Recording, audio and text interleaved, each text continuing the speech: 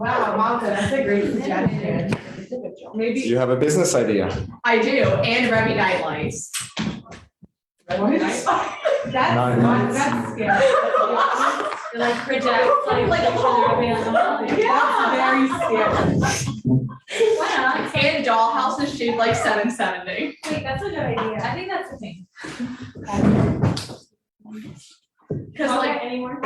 Like, oh, let's see the police line shingles for the winter.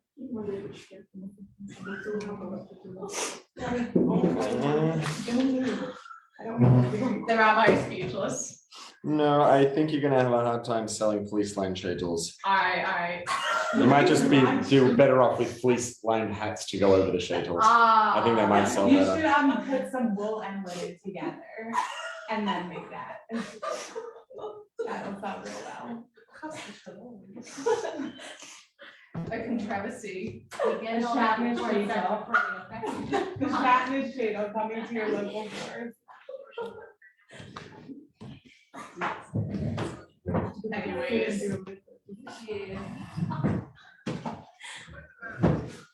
I could start a Jewish Shark Tank, but like we need to have a kosher animal. That exists. That exists. Are you better showing all your hair or wearing a Shatner shadle?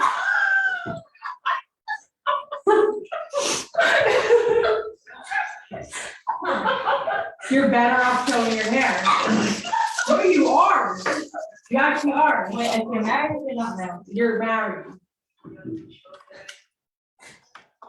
Ask your local Orthodox Rob. Alright, let's call Robert Majestic. Okay.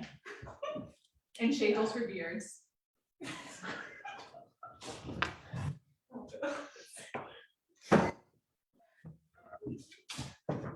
I think we have something though with the status.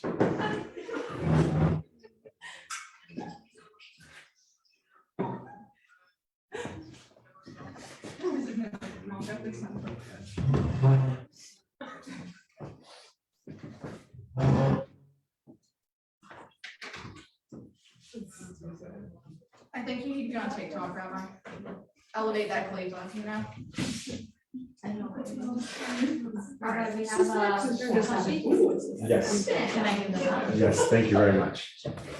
Very good suggestion.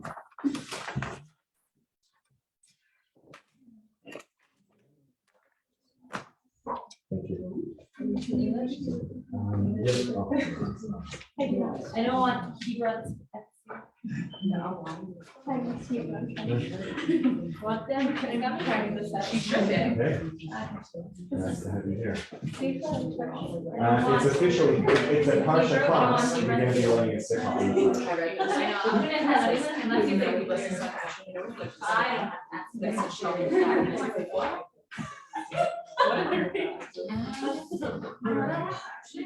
I don't want to run this table. They told us to do this. I want to be able to watch.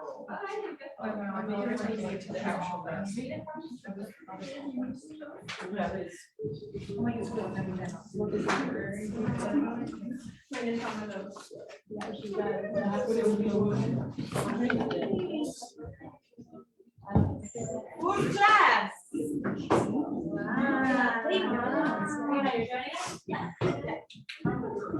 But I think this is still like that. Okay.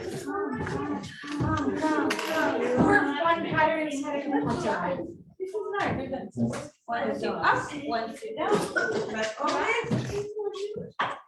You on the way.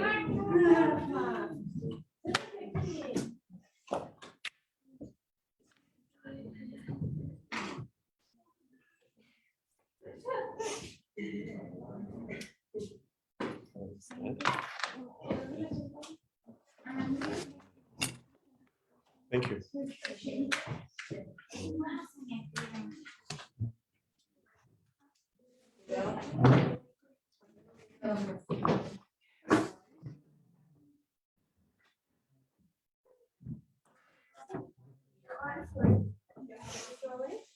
What? It was me? No, I dropped my pen. Okay. So I go pick it up.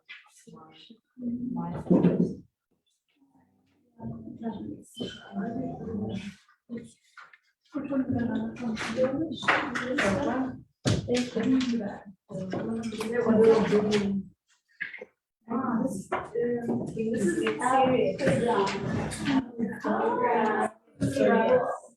not on the Russian social media, but this is so. It's so. It's like a voice over video. But you can record video like that's so cool. That's so exciting. Okay. We're getting there.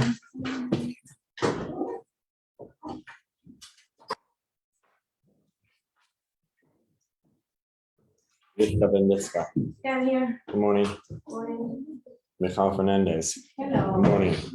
Maya Hernandez. Good morning. Devar Kapalovich. Good morning. Thank you for the water. Rotem. Good morning. Rivka Shera. Good morning.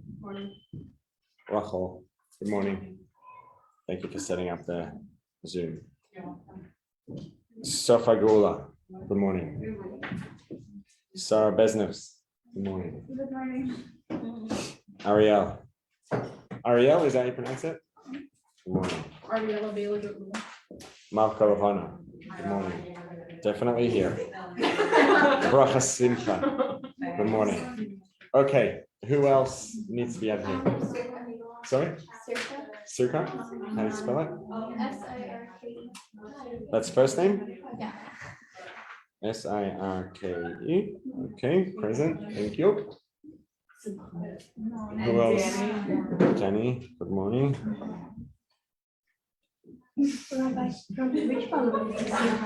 Sorry? One, volume one. It's fully that you should have your hair. No, it's not even close, not even. Last name? Chesky. Okay. Oh my gosh, no, not at all. It's not even close to chocolate. Danny, stop being feisty. I remember the last name, actually, believe it or not. Getting there. Takes me a while. But I get there eventually. Morning. Morning. Do you want me to put you down for attendance? What? Do you want me to mark you down for attendance? I'm going to need help with your name. Sharon?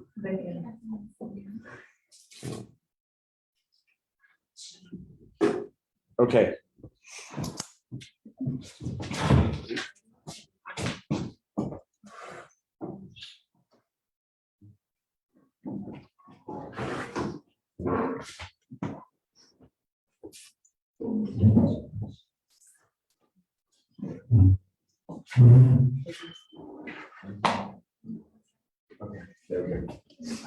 Okay, so this week's Parsha is Vayigash. And the thing, does anybody still need a copy? People English both?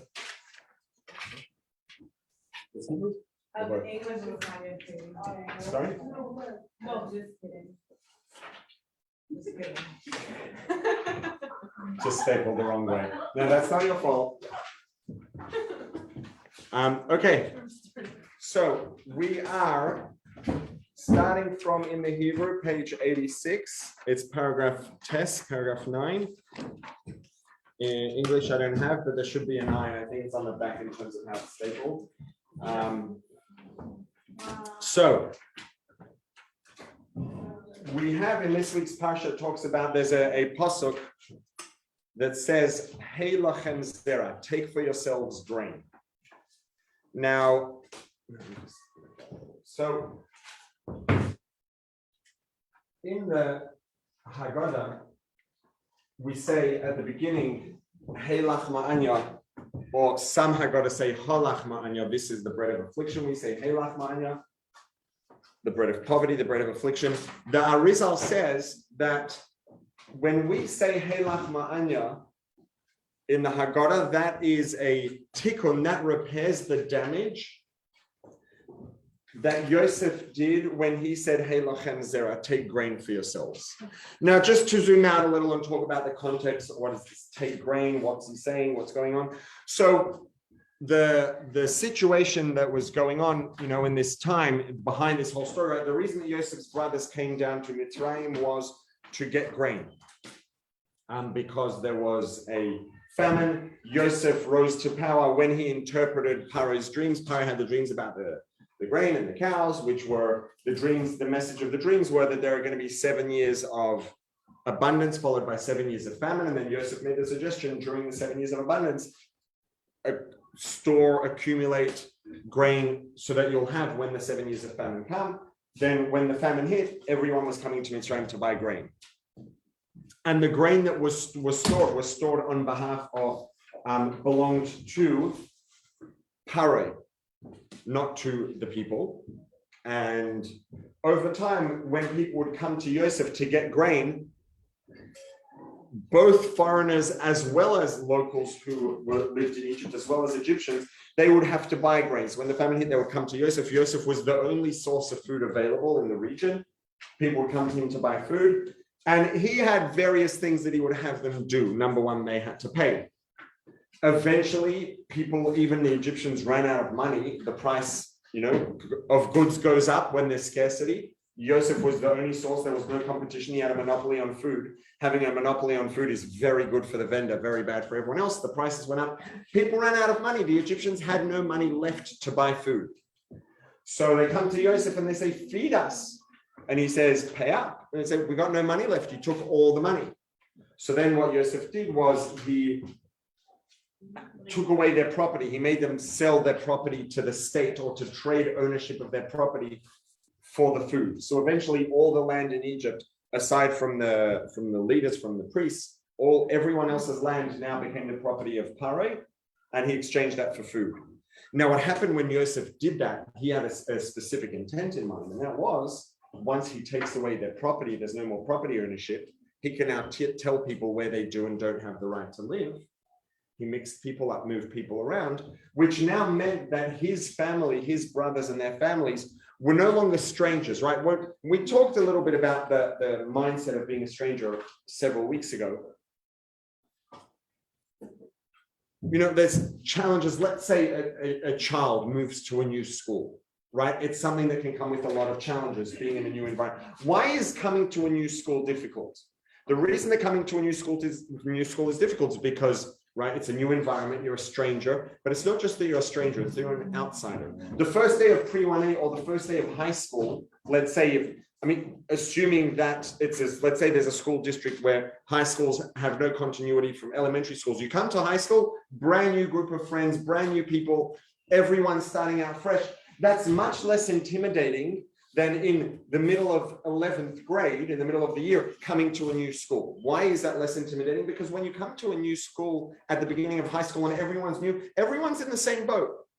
Yeah, it might be, some people, it might be more difficult than others, but it's not that intimidating. You're coming to a new environment. Everyone's in a new environment. Everyone's more or less in the same situation. If you come into a new school in the middle of 11th grade and everyone's been together for 2.5 years, and now you're a new person coming into an environment, it's very, very different. There's a stable environment with groups and people have developed, the social arrangements already over 2.5 years. And now you're coming into that as an outsider. There's a very strong contrast between an outsider and all the in people. So Yosef said, excellent idea. My brothers, their families, they came from outside. They are strangers. They are outsiders. I can't change the fact that they came from the outside, but what I can do is equalize things and make everybody a brand new start, mix people around. Everybody gets a fresh start. And what he did by doing that was equalize things for his brothers and their families. So they were in the same boat as everybody else. So his intent there was very positive, at least in the context of his own family, first of all. Another one of the things that Yosef did with the leverage that he had by being the only source of food during a famine and a time of scarcity of food was he had everybody get circumcised. Everybody had to have had to have a bris milah, had to be circumcised, which again, why did Yosef do that? What was his motivation? Very simple. Hashem told his great-grandfather, Avram, that him and his offspring and all his household should be circumcised. It's a good thing. It's a way of connecting to Hashem and revealing godliness. It's like, if I've got leverage, let me use that to get everybody to do that. More good is better. So that's another thing that he did. So Yosef used his leverage to do all these things, which seem like good things. The intent was certainly positive. They seem like they actually were positive. So what exactly is the Arizal? Why is the Arizal telling us? What does it mean when the Arizal says that when we say Hey Lachmani in the Haggadah, the Pesach Seder, that's a tikkun that repairs the damage that Yosef did when he said Hey Lachem Zera, take the grain. He was doing he was using that leverage to achieve a whole bunch of really positive things. How did that cause damage? What was the damage? What's right? A tikkun, the word tikkun means repair. The expression goes, if it ain't broke, don't fix it.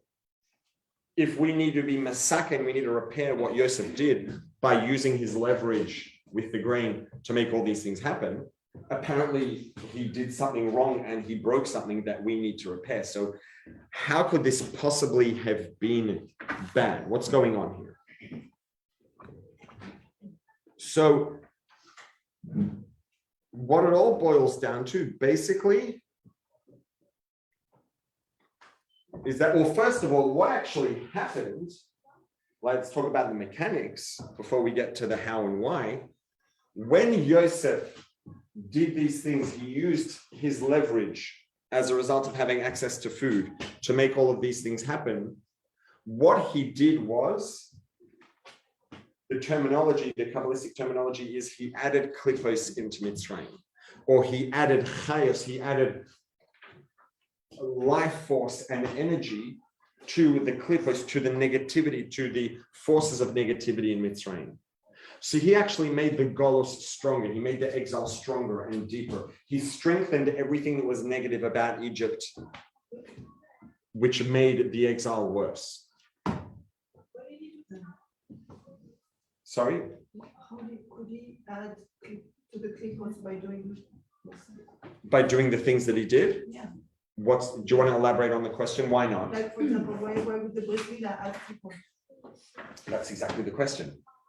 That's exactly the question that's asked, and that's exactly what we're here to address, right? Because how does it make sense? We all know that it's possible to add energy to negativity, generally by doing bad things. When we do wrong things, we add energy to negativity because we have energy and we channel energy. When we're involved in negative things, we're channeling that energy into negative things. When we do good things, we're channeling that energy and adding energy into good things.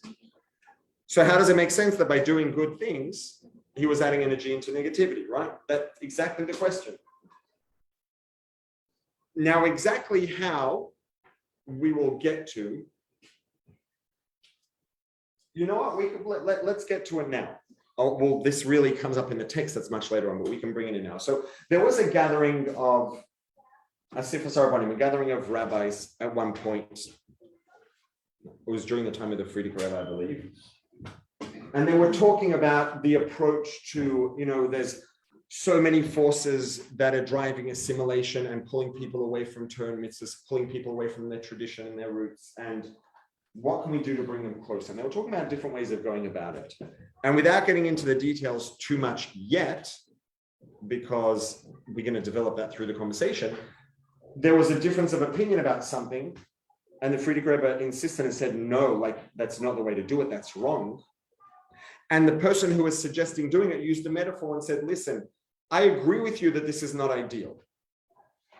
Let's say that you are taking a cup of water to drink. You want that water to be clean. You don't want to drink dirty water. That being said, if there is a house on fire and you need to put the fire out, and someone gives you a hose or a bucket of water, not a house on fire, you couldn't, a bucket of water would be useless. Let's say there's something in a house that just caught on fire. And someone says, here's a bucket of water, pour it over. You don't stop and say, well, hang on, is this water clean? I don't know, this water doesn't look so good. It's like, what are you saying? You're putting out a fire, just pour the water on. And so the Frierdiker Rebbe says that's true if it's water. But what happens if there's a glass pitcher on the counter and there's a fire and someone says, here's a pitcher of water, pour it on, and you stop and you sniff the pitcher and they say, what do you care how clean it is? It's a fire, just pour it on the fire. And you say, hang on a second. This doesn't smell like fire, water. This is kerosene. Do you still want me to pour it on the fire? Right? Now, the beauty of this metaphor is if you walk into someone's kitchen, right, and I don't know, a paper towel was too close to the stove and it caught on fire, and there's a glass pitcher on the countertop in the kitchen filled with a transparent liquid, it would be reasonable to expect that it's water and to just take it and pour it on the paper towel. right? Makes sense. Why? Because it's a pitcher filled with a transparent liquid in a kitchen is probably water. Now, let's say that you are in a laboratory, I don't know which pronunciations from where anymore, I can't keep track. You're in a lab. There we go. That's kosher for everybody. You're in a lab and a fire breaks out, God forbid, and there's a beaker with a transparent liquid in it. You're in a lab, you might not just assume that it's necessarily water. Now, in this environment where you know there's all kinds of creative and different things going on, who knows what's inside of there? So it makes a lot of sense to say, hang on a second, let's just smell this first and check whether it's water before we go pour it on the fire, because who knows what that is? Could be all kinds, could be ethanol, could be kerosene, could be who knows what. So how Yosef added energy to Klippos is because he confused water and kerosene. Right? And the reason that happened, right? Let's say that you're in a lab. It could be that the beaker does have water in it and it would be a good idea to pour it on the fire. So what do? If you walk into a lab, right? You walk in and there are people working, and if you see a fire and the fire breaks out and people are like, oh my goodness, fire. And you see a big beaker full of water sitting on the countertop. What would be reasonable to do? You ask one of the people, what's in here? Is it water? Is it water? If they say yes, you pour it on the fire. If they say it's kerosene, you don't pour it on the fire. Very simple. If you just walk in and you're like, oh, transparent liquid, awesome, pour it on the fire. If that's kerosene, you just make things a whole lot worse and people are going to be like, oh, what are you doing? No one asked you to pour kerosene on the fire. Right? So what Yosef did was he decided of his own initiative, oh, this would be a good thing to do. This would be a good idea. And because he decided of his own initiative, he mistook the kerosene for water and made things a whole lot worse. Now, let's dial it back a little and say, maybe it's not talking about a fire. Maybe we're talking about giving someone water to drink, right? And, this can happen in some places in Brooklyn. People who live at the bottom of hills, I know it's an issue for me sometimes. Sometimes you turn on the tap and the water is clearly not that clean, right? The sediment builds up and there's blood and all the stuff. That happens. Now, if I have bottled water in the fridge, and the water coming out of the tap doesn't look that good, I'm going to leave the tap running to let the water clear out a little and take a cup of bottled water from the fridge. Let's say that someone comes into my house and someone stumbles in and or I'm walking into the building and there's someone out the front of the house and they're on the brink of dying of dehydration, God forbid. They haven't had anything to drink in days and they're like, and I bring them into the house and I turn on the tap to take some water and I don't have any bottled water. And the water doesn't look amazing. And I say, oh, the water doesn't look that good. It's like, what are you, insane? You think this person cares? Like, right now it's not a matter of 100% hydration versus 102%. So better wait a few minutes for the water to clear out. It's like, this person's going to die. They're not going to die because the water's like got a little bit of a tint to it. Is it not ideal? It's not ideal. But you know what's more not ideal? Dying of dehydration. So just give them the water, even if it's not quite the best. That's true. But if someone's dying of dehydration, that doesn't mean you should give them kerosene to drink, right? So yes, and this is where things the line can become somewhat fine. It's not a fine line, there's a very clear line, and we'll get to it. But when we're talking about a situation in which, yes, it would be a good idea, maybe to give this person water to drink that ideally I wouldn't drink, not because I care any less about them, but because right now, if we do a cost-benefit analysis, the cost of not having water is greater than the cost of drinking water that's not exactly ideal. And if it was me in the same situation, God forbid, I'd do the same thing for myself. It's a question of circumstances. So there are circumstances where it makes sense to drink water that it might not make sense to drink in other circumstances. But there are no circumstances in which it makes sense to drink kerosene, ever, right? So, and where Yosef went wrong was he took the liberty to look at things and say, oh, this is a good idea, I'm going to do this. And because he did things of his own initiative without Hashem telling him to, and without consulting, he just took his own initiative. He was that guy who walked in the lab, picked up the beaker and poured it on the fire, and it just ended up being kerosene. It could have been water. It's not always bad, but it might be. And that's why he went wrong. So And we have a similar thing with Moshe Rabbeinu, right? When Hashem was telling Moshe Rabbeinu when he was on Har Sinai, getting the Torah, and Hashem tells him, you better go down because so the words Hashem uses, the people you brought out of Mitzrayim just messed up big time, right? The golden calf. So Hashem says, this is all nice and fine up here, but you got some damage control to do. You better go back down. Why did Hashem say the nation you brought out of Egypt? It's like Hashem sent him to bring them out of Egypt, right? It's like, I ask you to do something for me, and then the thing I asked you to do ends up going wrong. I'm like, well, what did you do that for? It's like, excuse me, you told me to. But Hashem asked Moshe Rabbeinu to take the Jews out of Egypt and bring them out. Now, there was a specific group of people who were consistently the troublemakers. And yes, lots of people were involved in the golden calf, but the people who drove it were the Erev Rav. The Erev Rav were a group of people who were Egyptian. They weren't originally Jewish. They also weren't blind. And when they saw what was going on, they saw the 10 plagues, they saw what was going on. They said, whoa, we're with you, whatever you say, we're going to join you guys because you're clearly on the winning team. So they wanted to become Jewish and leave. And Moshe Rabbeinu said, okay, sure. Now, because Moshe Rabbeinu did that of his own initiative, it's not necessarily a bad thing. It wasn't an unreasonable proposition, but not everything that's reasonable, right? Sometimes you look at something someone did and you'll say, well, what were you thinking, seriously? Right, but sometimes you look at something someone did and it ends up having been a really, really big mistake. But you can also understand that considering the circumstances, it wasn't a reasonable decision. It was a reasonable calculation that they made, and what they did make sense. It was reasonable, just happened to turn out badly. And your response is going to be very different. Right, but the fact that something's reasonable doesn't mean it's right. Sometimes something's reasonable, but it can be really, really bad. And this was another one of those examples. Moshe Rabbeinu wasn't unreasonable, but he decided himself to say, yeah, sure, come along with us, all good.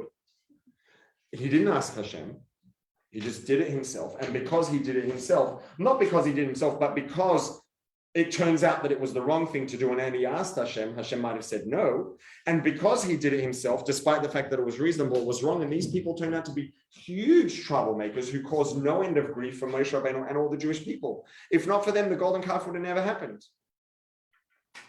Right? And because of them, the golden calf did happen, and we're in Golos today because of what they did. Because Moshe Rabbeinu decided, now obviously I'm, getting a little bit hyperbolic here, all respect to Moshe Rabbeinu, but the bottom line is Hashem said that to him. This is from Hashem's mouth, not from mine. Hashem was criticizing him and attributing the responsibility and the blame to Moshe Rabbeinu because you didn't ask me. You decided to take these people out, and look at all the trouble they're making. So he said, go back, you've got damage control to do because the people you brought out of Egypt just made a whole lot of trouble. Go fix it. The same thing here. All the things Yosef did were reasonable.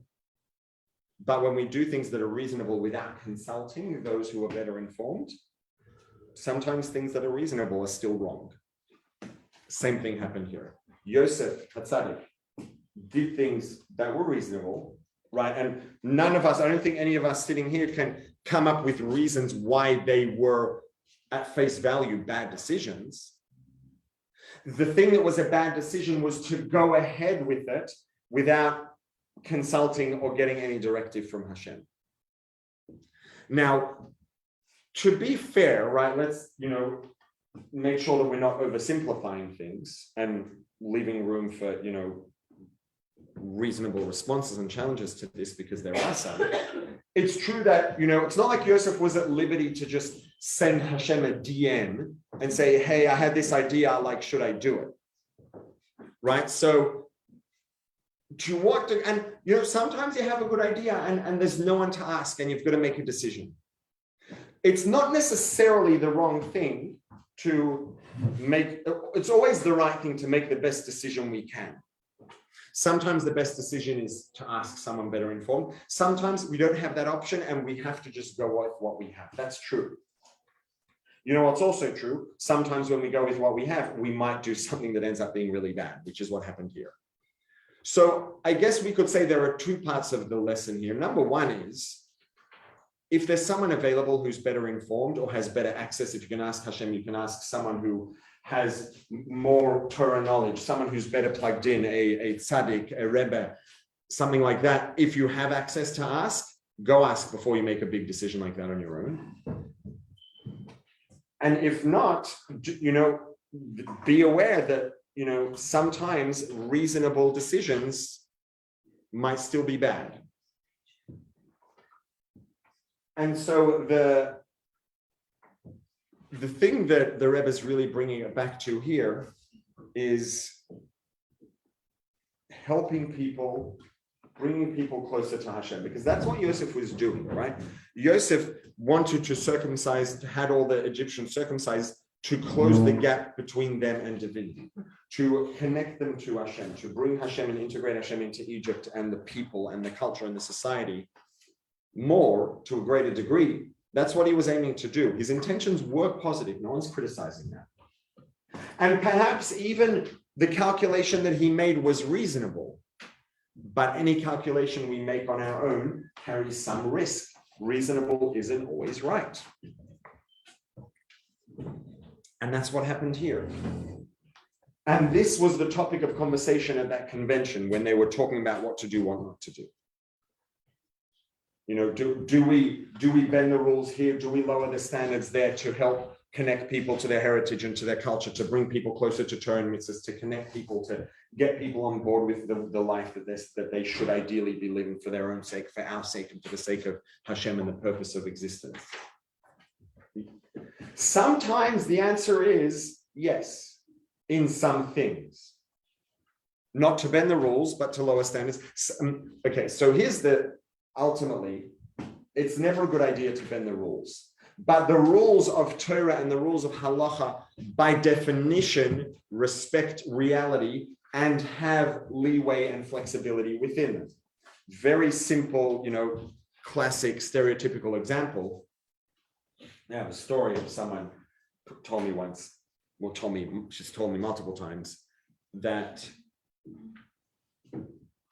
it was Rabbi Malo, Ola Shalom, was one of the Rabbonim on the Beis Din of Crown Heights a while back. And she said she remembers once calling him and she had a question about something that happened in the kitchen and something got missed, the pot, I don't remember exactly. And he was asking her, and she's describing the situation, what happened, and she wants to know, could she use the food? She did not use the food, and he kept on asking her, you really need it? Like, do you really need this for Shabbos, for your meal? Like, you really need it? You really need it? And she didn't get what was going on. And now she looks back and laughs and realizes he was basically asking her to say, yeah, I really need it. It's going to ruin my whole Shabbos. It's going to ruin my whole meal. Why? What does he care? He cares because a Rav doesn't get to decide. A Rav's job is to represent Torah and to let us know what Torah says, what halacha says. Now, in halacha, there's something called l'chatchila b'diavad. L'chatchila means the way you have to do it. B'diavad means, what about if it already happened? You are never allowed to mix milk and meat, ever, period. If some drop of milk fell into your pot of chicken soup and got mixed in while it was cooking, the question is, what do you do now? So it depends on how much and all the other things. So you're never allowed to pour milk into chicken soup, ever, dairy milk. Sometimes if it happened, it's okay, you're allowed to use it. Now, sometimes if it happened, you're still not allowed to use it.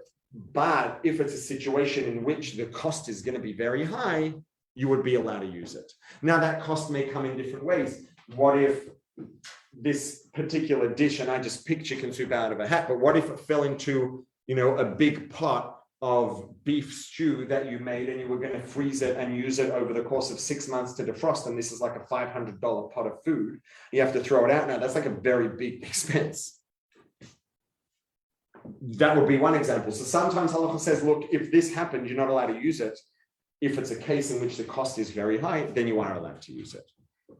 Or it may be, maybe the dish isn't particularly expensive, but you have a Shabbos meal tonight and 100 guests are coming, or a Sheva Brachos or a party or something. And the financial cost not so high, but the impact on your experience is going to be massive. You have all these people coming in and be like, sorry, I've got no food. Like a drop of milk fell into everything and we've got nothing to eat. That's also an extremely high cost. So in these different cases, there are times when the halacha will say you're not allowed to use it. If the circumstances warrant it, sometimes you can. Now, are you allowed to serve pork steak because that's what's available and you have a bunch of guests coming? No. But there are some circumstances where something happened that you generally wouldn't be allowed to use, but because of the circumstances, you're allowed to. Now, another kind of circumstance that will justify different things, right? So just before we go there, actually, just to clarify. So what we see here is the halacha is the halacha. When the Rav was asking her, do you really, really need it? Because he was prompting her, because sometimes, right? And this is just some general, advice. If you're ever calling a Rav at any point with a question about something, you want to know, like, can I, can't I, whatever it is. Number one, before you ask a question, articulate what you're asking, give any piece of information that might possibly be able to be relevant, lay out all the information. A lot of times, something that you assume is not going to be relevant and is not going to make any difference to the Rav who really understands the intricacies of the halacha, that thing might make a difference, right? Sometimes someone goes to the doctor and they say, I'm feeling this or that or whatever, and then the doctor starts asking a bunch of questions. It's like, well, what does that have to do with anything? Like, who cares? Right? Well, as someone who may not be that well informed, it seems like that. But the reason the doctor's asking those questions is because it does matter, right? Because a person shows up with a symptom or with 2 or 3 symptoms. There might be 100 different conditions that could all have someone show up with this symptom or these 2 or 3 symptoms that the person reported. Now, how do you differentiate between them? You've got to start asking, because each one of those conditions is going to have a different combination of other symptoms or lack thereof. Now, the person who shows up at the doctor's office doesn't know that, and doesn't know that, yes, they have a fever and they're throwing up, but whether or not they're sleeping well, or whether or not they have an appetite, or what happened last week and how they were feeling 2 weeks ago might be relevant. So they don't say it. And so then, what happens usually when a person goes to the doctor and reports symptoms, it's very common that the doctor then asks a whole series of questions, because they're asking for the information that they know is relevant that you might not have realized was relevant. And it's the same thing here. The Rav, she didn't assume that it makes a difference how many people she's cooking for or what it's for. It's like, is it kosher, is it not kosher? But he knew that it was relevant. He was asking, he was trying to help her out and say, like, do you really, really need this? Is it going to be a really big deal if you have to throw it out? Because if the answer is yes, then she'd be allowed to use it. If the answer is no, then not really. So anytime you're asking the Rav a question, just anything that might possibly be able to be relevant on an off chance, the more information the better. Just give all the information, then ask the question. And because something you said that you think doesn't really make a difference might make all the difference at the end of the day. So 2 things are true here at the same time. Number one is the halacha is the halacha. You don't get to serve something you're not allowed to serve regardless. That being said, the halacha in the conclusion about whether or not you're allowed to eat the food, the circumstances are some of the factors that are considered when that halachic decision is made. So we don't get to bend the rules, but the rules do apply different standards and different decisions in different circumstances. And that's really the distinction that's important, right? So sometimes, let's say that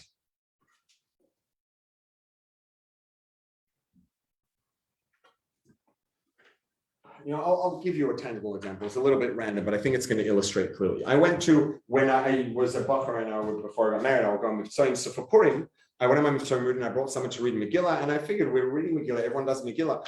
There are like 3 other mitzvahs on Purim. It's not just Megillah. If I'm already getting people together at a Purim party to read Megillah, why shouldn't I try to get them to do as many mitzvahs as possible? So I brought a pushka so they could give tzedakah, they could give matanas legonim. And we brought Mishloach Manas packages that they could exchange and pass around. That's 3 out of 4 mitzvahs. And then there's a Purim Suda. Now, at the Suda, you're supposed to wash and eat bread and meat. And I figured, you know what, you're supposed to wash and eat bread and meat. But if you eat bread, you have an obligation midoraisa to bench afterwards. Now, I know that most of these people are not going to bench after they eat bread. So I'm getting them to do the mitzvah of eating the Purim Suda at the cost of them eating bread without benching, which is a obligation, a doraisa, a scriptural obligation. You will eat, you will be satisfied, and you will bless. Generally, all brachas are rabbinic, with the one and only exception to that is birchas hamazon, grace after meals for bread. So I went to Rav and I asked him, like, what's the cost benefit analysis here? Do I get them to do the mitzvah when it's at the expense of them then eating bread without benching, or am I better off just not doing it and they don't do the mitzvah, but they also don't eat without benching. And so he said to me that, and it's something I wasn't aware of at the time, but I've since, seen it in multiple places and become more aware of it, that the most important part of the mitzvah of Suda on Purim is meat and wine. Now, generally speaking, bread is an important part of the Suda, and we should. So what he said to me was, they can fulfill the mitzvah of the Purim Suda with meat and wine. So take some light wine, a bottle of light wine, anyone who wants can have. Take some, crackers and cold cuts or some sort of meat. They can eat the meat, drink the wine, they fulfill the mitzvah 100%. Is it the ideal execution of the mitzvah? No. And so he said to me, when you have your Purim Suda, you have to wash and eat bread. I'm not telling you don't.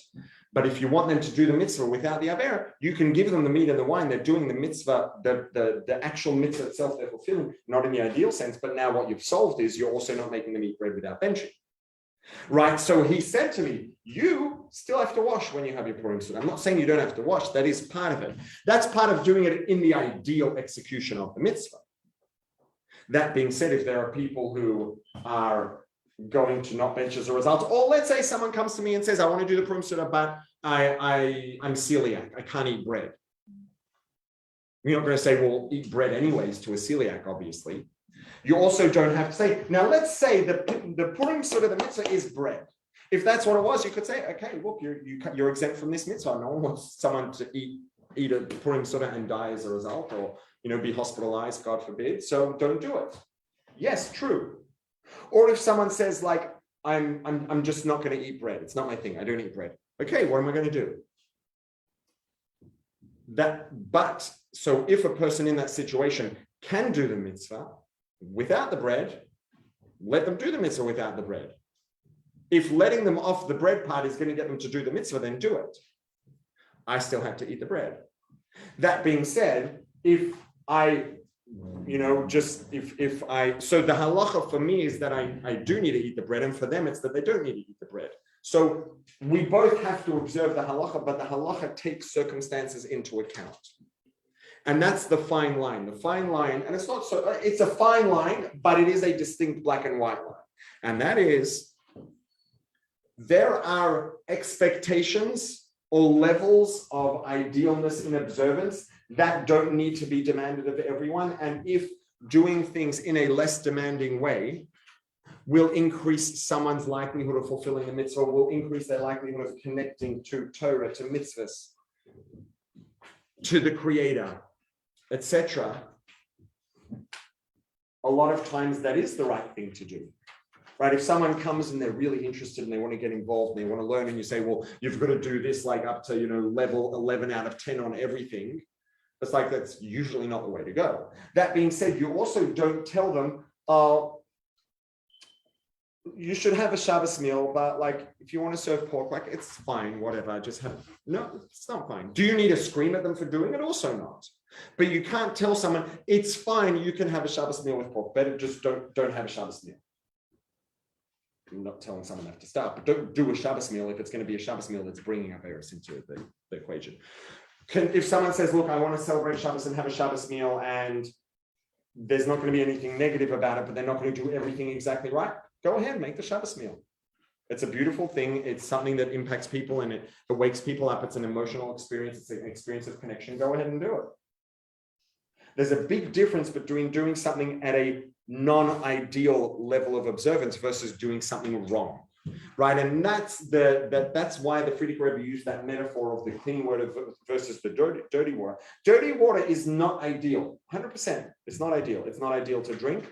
Putting it out on a fire probably doesn't make any difference at all, effectively. But let's say that when it comes to drinking, right? If someone's about to die of dehydration, and the water's not the best water, but there's nothing in it that's going to kill them, give them the water, because not giving them the water is going to kill them. Does that mean if they're about to die of dehydration and you've got a cup of kerosene, pour it down their throat? No, because that's going to kill them faster. Right? So doing things at a non-ideal level is the equivalent of, metaphorically, the non-ideal water. It's water, it's not the best water. So if someone has access to the best water and someone wants to have optimal state of health and well-being, etc. And it's very important for them. They've got the basics covered. They've got way many layers above the basics covered. And to them, it's important to only drink really, really, really clean, healthy, good water. It makes sense. It's not an unreasonable thing. But to let someone die of dehydration because water's not available is extremely unreasonable. It's as unreasonable as giving them kerosene to drink, right? So the question is, and that's the guiding principle here. The guiding principle here is, does Torah say to do this or does Torah say not to do this? And this is why we have to have people to ask. And another example, just, a similar sort of thing. If, let's say, I don't know, I'm going to make up an example. It's a bit extreme and random, but just to illustrate, if someone grew up in the jungle and they don't know anything about pills and pharmaceutical medications, etc. And then, you meet them and you bring them to your house and they have a headache and you give them a couple of Tylenols and you just tell them to just take it, it'll help. And then like 45 minutes later, they feel better and they're like, oh my goodness, this is amazing. Wow.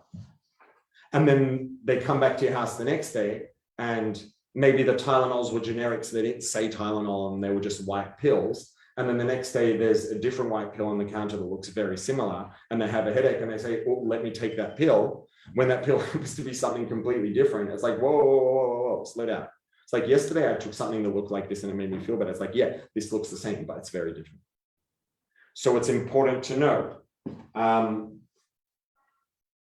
the Tylenol versus the who knows what that looks similar. The difference between the clean filtered water versus the unfiltered water, and then versus the kerosene. So that line is what the halacha says to do. If you don't know what that pill is, if you want to take some Tylenol and you know there's generic Tylenol that looks exactly like that, ask the person whose house it is and what counter it's on, is that generic Tylenol or not? Or today you can actually pull out your phone and go to Google, and there are websites where pills generally have some sort of imprint on them. You can actually type in the imprint, the letters and the numbers on the pill, and they'll actually tell you what medication it is. If you find a random pill lying around, if you have a look at it, there's always some sort of imprint or something. There are websites where you can type that in and it'll tell you exactly what it is. Then you know whether or not it's the right thing to take.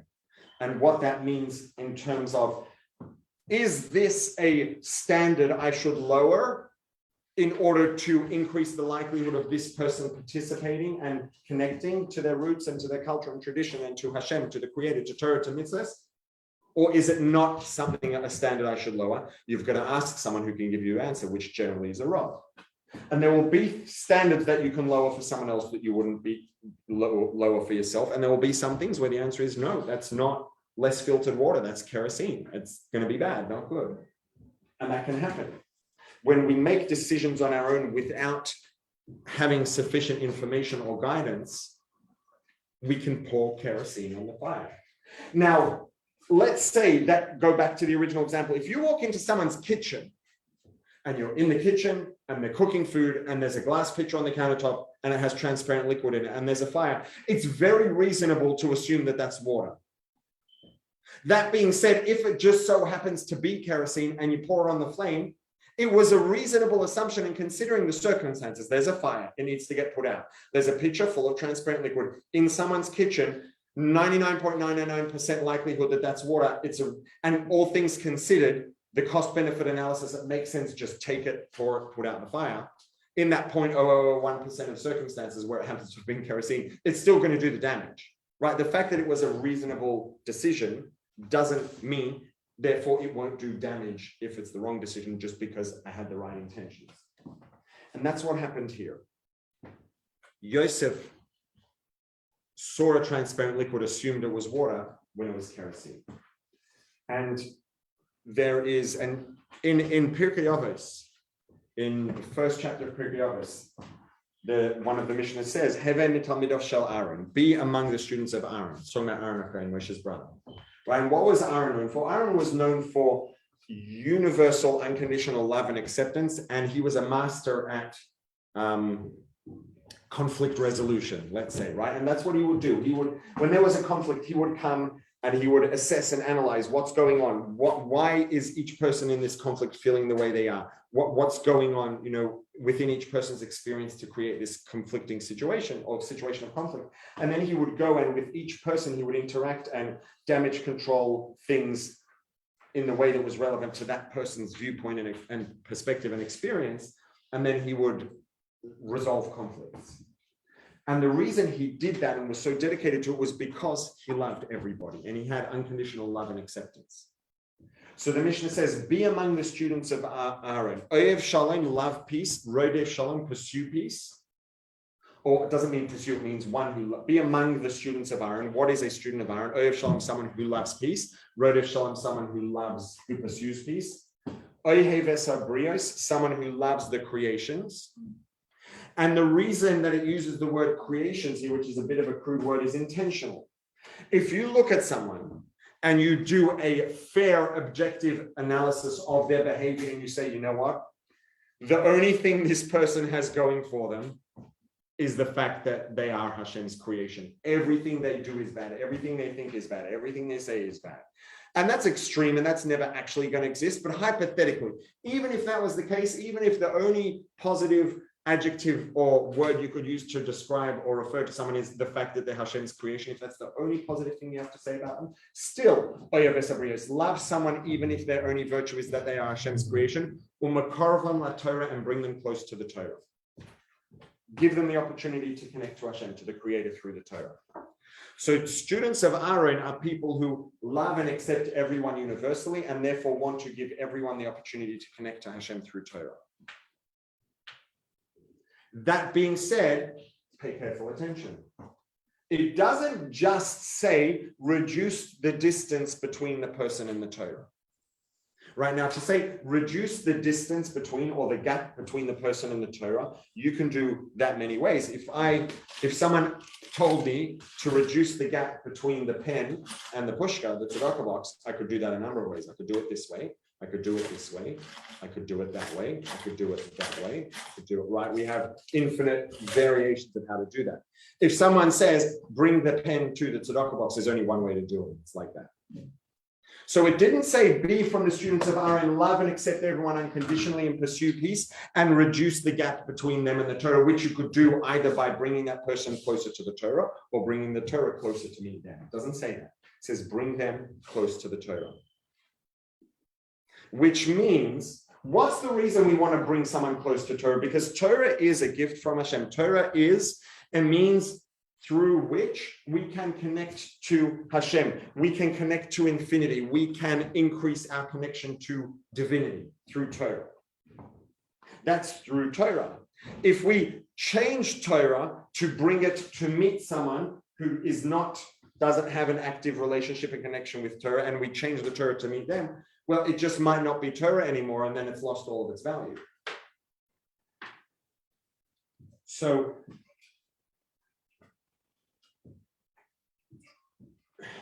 I'm just trying to think of an effective mashal. Well, I think it's clear enough, and I'm going to have to go a bit way out in the weeds to come up with something. So, it says, love them unconditionally, yes. Be aware and appreciate that every person deserves to connect to Hashem through Torah. And every person has what to gain through increasing their connection with Hashem through Torah. That includes all of us. Everyone, wherever we are, we can increase that connection to Torah. The way to do that is to bring them close to Torah. It's not to change the Torah to bring it close to them. Because what happens when you change the Torah? If you change the Torah, it just might not be Torah anymore. We may have just changed it from water to kerosene, which is what actually happened with Yosef.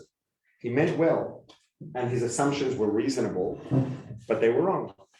And so because he made these assumptions himself, he caused damage. He actually ended up adding, well, and if the instance, like if Clipper would be a fire, then what he did, he literally tried to reduce the clip. He tried to reduce the negativity by pouring water on the fire, but that water was kerosene, which made it bigger. He was doing things that he thought would add positivity, reduce the net negativity in Mitzrayim, but he didn't. He was mistaken. His assumption was mistaken, and he was actually increasing the net negativity in Mitzrayim. He was adding to the negativity instead of adding positivity to reduce net negativity.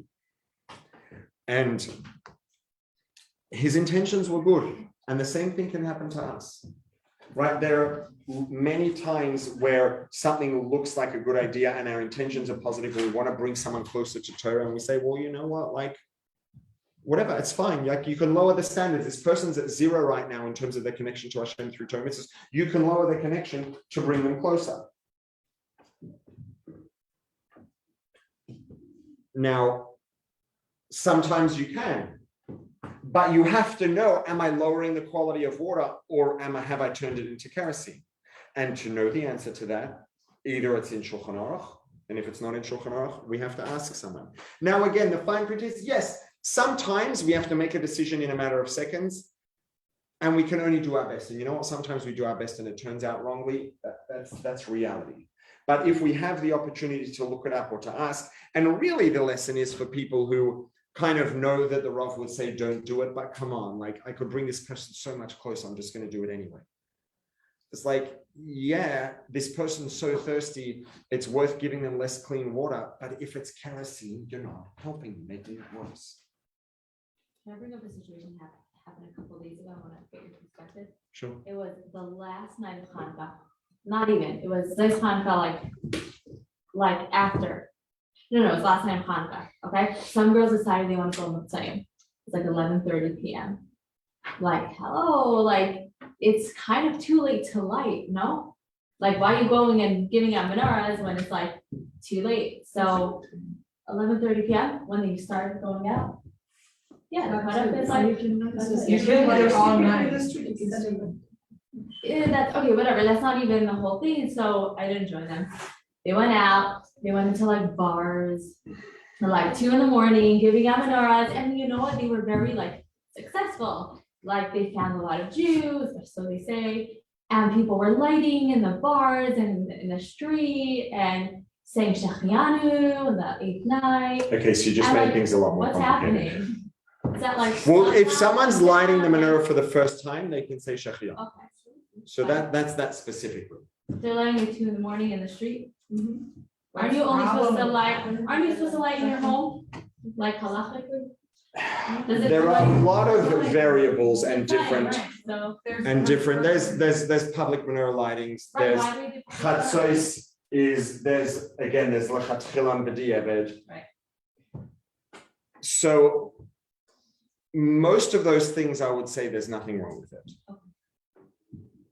Even if, let's say, they weren't fulfilling the mitzvah at all, if they wouldn't make a bracha with Hashem's name, what did they lose, right? Even if they're not doing a mitzvah, if it's something that's reminding someone about their culture and reminding them, oh, I used to do this as a kid and I loved it, and it reminds them about other things, that could be a good thing. As soon as you're making a bracha with Hashem's name, now it becomes a question, are you allowed to make the bracha or not? So that's that, for sure. When it comes to the bars and clubs thing, also, I would say it's not necessarily so clear yes or no. It depends on the person, right? There are some people who are just like so far removed from that, like they'll be fine. You know, if there's someone who used to go to bars and clubs and do coke 3 times every weekend, and they just stopped and they just got out of rehab and they're working on their things, would I say go into the club and give out menorahs? No, don't do that. Now, obviously, those are 2 very extremes. Yeah. Most of us hopefully fall somewhere in between, right? So it's not necessarily, there's not necessarily a clear yes or no. Now, it depends. Let's say for a guy to go into a club where there are women who are dressed in a way that's not sneeze, that's a black and white no. For girls to go in, there might be other questions also. So it depends, right? It's not so simple necessarily. So there are any questions of halacha, I would say, open a Shulchan Aruch, ask a Rav. When it comes to these gray areas, it's not always so clear. A lot of it varies based on the person. Sometimes for a given person, it's not so clear. I don't want to give any input on a specific example, considering there were specific people involved. I don't want to, whatever I say is going to be criticizing one person or the other. So it depends. Yeah. It depends. It's hard to say without knowing the details of the individuals and all of those things. So, and I can tell you there are questions that I have questions that I've asked a Rav more than once, and he said, I'm not sure, I can't give you an answer. And sometimes he said, go ask someone else. Sometimes he was just like, it's a tough question there. Sometimes there isn't necessarily a black and white answer, right? And I've been told that by a Rav and by a very high caliber Rav. So at the end of the day, there isn't necessarily, but in 99% of cases, a Rav, 99.9% of cases, a Rav will be able to give an answer, or a mashpia, or a someone will be able to give some sort of answer to a specific question with all the relevant information. And right, the reason why this is such a real and valid question, bless you, is because there are two sides to this coin. Because if this is a valid and legitimate way of connecting someone, connection is a positive thing. That being said, if it's dancing right on the line of dirty water versus kerosene, we really need to know which side of the line it's on. Because dirty water for someone who's about to die of dehydration is a blessing, is invaluable. Kerosene for someone who's about to die of dehydration is a death sentence, the same as worse than for anyone else, probably, because they have less leeway to manage damage control and dilute, etc. So I don't want to, give any input on that specifically for a number of reasons, but but sometimes, let's say I know that and it's happened before that I was out blowing shofar on Rosh Hashanah for people on Rosh Hashanah day, and at nighttime you're not yet to the mitzvah. Right. And so as Shkia comes, it's like, well, hang on, you have to. So if you can't do it at night, basically between sunset and nightfall, between Shkia and Tesa Kachavim, it's this sort of gray zone and we don't know what it is. So you have to do it before Shkia. Any mitzvah that has to be during the day, you have to do before Shkia. Right? So if Shkia comes and you haven't lit Shabbos candles, you're not allowed to light them anymore, because lighting candles on Shabbos is still Shabbos. That being said, when it comes to blowing shofar after Shkia, if I'm making a bracha and I'm not supposed to do it, I'm saying Hashem's name in vain. So what did we do? We blew shofar people, we didn't make a bracha. Because you're still it's a mitzvah with that. They met, correct, exactly. You're yotze the mitzvah with or without the bracha. The mitzvah to make the bracha is a separate thing. So taking away the bracha doesn't reduce their fulfillment of the mitzvah. There's basically no cost in blowing the shofar, and a possible benefit, we don't know. So we blow the shofar without the bracha. You're not like arousing like Googling some shit at night. I've never seen anything that said that in circumstances like that, it's better to not light it, to not blow shofar than blow without a bracha. But again, like someone might say, well, yeah, I didn't light the candles before sunset, but like I'm still, I know it's not ideal, but I'm still lighting them. It's like, no, you're desecrating Shabbos now, not honoring it. The candles honor Shabbos and increase light. If you light them on Shabbos, you're desecrating Shabbos and reducing light. And there are reasons why people make that mistake. It's not unreasonable for someone who's not sufficiently well informed to appreciate that. They might say, yeah, I know I really, really needed to do it before sunset, but whatever, I didn't. In case, I'll do it now. It's not unreasonable if that's the level of information that they have, but it's still wrong. Did you want to ask something? Yeah, what if it's a family, for instance, like my family is non-observant, but they're like starting to discover some things about Shabbos, which is exciting for them and for me. What if, like, I know they don't keep Shabbos, they're gonna turn lights off and on, they're gonna use they're gonna do whatever they want, they're gonna drive. They're not keeping it in any way. So what if I come home and it's Shabbos and like, it's just past sunset, it's dark now, and I want to help them develop a relationship to Shabbat. So I want to encourage my mom to light Shabbat candles. Maybe I won't be home. I don't live in her state. I'm not with her often. Like, she's not keeping it anyway. Is it okay for her to light Shabbos candles? No, so that's like again, another question where the consideration is very reasonable. But the bottom line is, at the end of the day, the lighting of the Shabbos candles is an act of breaking Shabbos. And it's one additional act. They might be doing 150 other things or 1,000 things over the duration of Shabbos, but this is one more. And that act of lighting candles, is there potential value in the experience of lighting candles? 100% invaluable. Well, not quite invaluable, because it is outweighed by the fact that it's desecrating Shabbos. If she does it before the time that Shabbat comes in, then it's fine. 100%, that's amazing. Great, the two lighting candles, yeah. So, But I'm talking about in the instance. so, in a situation like that, I guess what I would suggest, if I had to suggest something, is, are there other things that could replace that experiential connection for them without breaking Shabbos? There you go. That's a beautiful idea. Yeah. And everyone can make Kiddush. Men can make Kiddush, women can make Kiddush, boys, girls can make Kiddush. or having a Shabbos meal, even if it's without the lighting of the Shabbos candles, even if it's not done in a way that's fulfilling the mitzvah of the Shabbos meal, it's an experience that will give them that sense of connection. And over time of doing that, they may start to become interested in making sure to light the candles before sunset, for example, right? So other things that are at a minimum neutral that could give them the sense of connection that'll bring them forward, amazing. But something negative, something against halacha that's going to give them that experience, it could even be that over time it really will. It could be that getting them to light Shabbos candles after sunset will give them that experience that will bring them closer at the end of the day. It's still the wrong thing to do. So You say like if they've already done 150 things against Shabbos, like still 151 matters? 100%.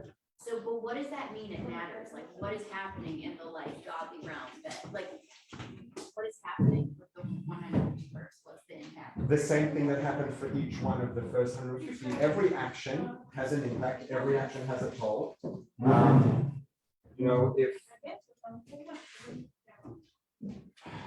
If it's everything makes a real difference. So percentage-wise, if we would look at things as a question of, or as with a perspective of, everything's equal, everything's the same, percentage-wise, and let's say it's 1,500, not 150, it's like 1,500 versus 1,501, the percentage there is tiny. Yeah.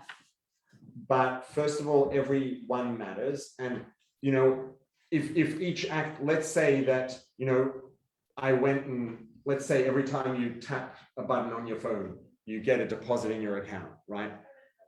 If it's, $1 each time, it's like, if I click it 1,500 times, I get $1,500, that's a pretty good idea. If towards the end of the day, my thumb's really tired and I've got other things to take care of and I already clicked it 1,500 times and I have to stop what I'm doing and go hurt my thumb to press it one more time, it's like, come on, right? But what if it was $1 million a click? Right, so yes, in terms of the percentage of the bigger picture, it's a small amount, but that we have no concept of what the value is. That's what I don't understand is what is each negative action? So each negative action it's number one is it damages our connection. It damages